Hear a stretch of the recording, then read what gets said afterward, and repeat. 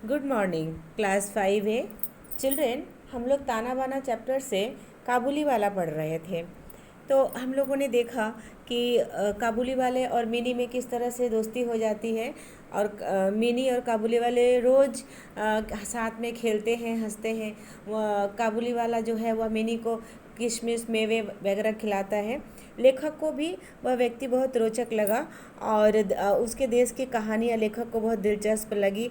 वो बताता है कि किस तरह से उनकी यात्रा जो है बड़ी जोखिम भरी है और वह किस तरह से अपने बचाव के लिए तलवार और बंदूकें लेकर साथ में चलते हैं। यहाँ तक हम लोग पढ़े थे चिल्ड्रन। अब बता रहा है, आगे बढ़ते हैं कि सर्दियों का समय चल रहा था और रहमान को घर लौटने की बारी आई थी। तो वह जितने जितने लोगों को सामान बेचा था उन लोगों से अपने पैसे वसूलने के लिए जाता।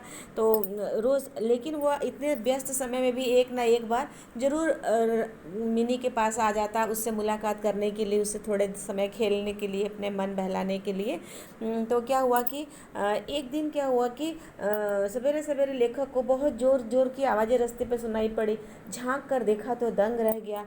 देखता है क्या कि रहमान के कपड़ों पर खून के छींटे लगे हुए हैं, बड़े बड़े धब्बे लगे हुए हैं। पुलिस उसे मोटी रस्सी में बांध कर ले जा रही है और एक पुलिस के हाथ में एक छुरा भी है। पूछने पर पता चला कि एक व्यक्ति ने रहमान से उधारी में रामपुरी शॉल खरीदा था।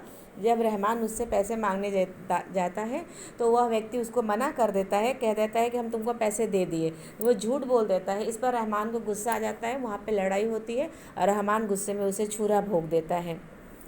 ये सब आवाज़ सुनकर मिनी भी घर से बाहर निकलती है और मिनी काबुली वाले को देखकर हंसती हुई पूछती है कि काबुली वाले, तुम क्या ससुराल जा रहे हो?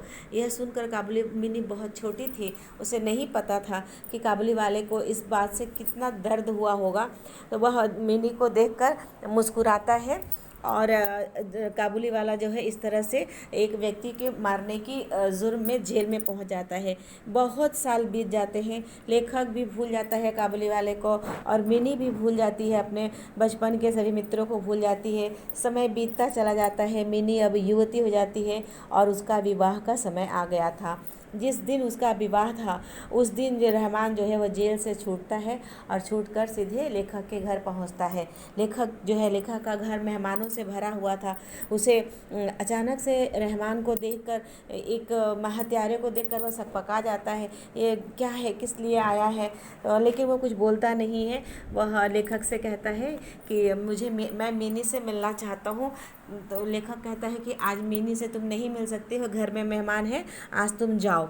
तो वह जाने लगता है, लेकिन जाते जाते फिर लौट कर आता है और एक छोटी सी गठरी उसके लेखक के सामने रखता है और कहता है कि वह कुछ लेने नहीं आया था, वह मिनी को थोड़ी सी काजू और किशमिश देने आया था, आप ही उसे दे दीजिएगा।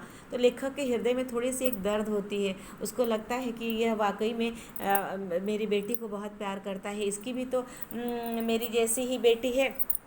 तो वो क्या करता है कि घर के लोगों के विरोध के बावजूद मिनी को बाहर वाले कमरे में बुला लेता है। मिनी सजी धजी दुल्हन के रूप में सामने आकर खड़ी हो जाती है। तो रहमान उसे देखकर एकदम दंग रह जाता है और उससे पूछता है कि छोटी दीदी, क्या तुम ससुराल जा रही हो? वो मुस्कुरा के पूछता है। तो मिनी जो है वह शर्मा कर अपना सर नीचे कर लेती है। अब वह ससुराल का अर्थ समझने लगती है। उसका चेहरा जो है शर्म से लाल हो जाता है। रहमान को फिर वह मिनी जो है वह अंदर चली जाती है। रहमान जो है वह वहीं बैठ जाता है, फुट फुट कर रोने लगता है और कहता है कि भगवान, अल्लाह ही जानता है कि मेरा परिवार किस हाल में होगा। कितने साल बीत चुके हैं। लेखक को उसके ऊपर दया आती है, दया नहीं आती है, वह एक्चुअली एक पिता का दर्द जो है वह समझता है कि एक पिता का हृदय अपनी बेटी के लिए किस तरह से परेशान होता है, किस तरह से दुखी रहता है।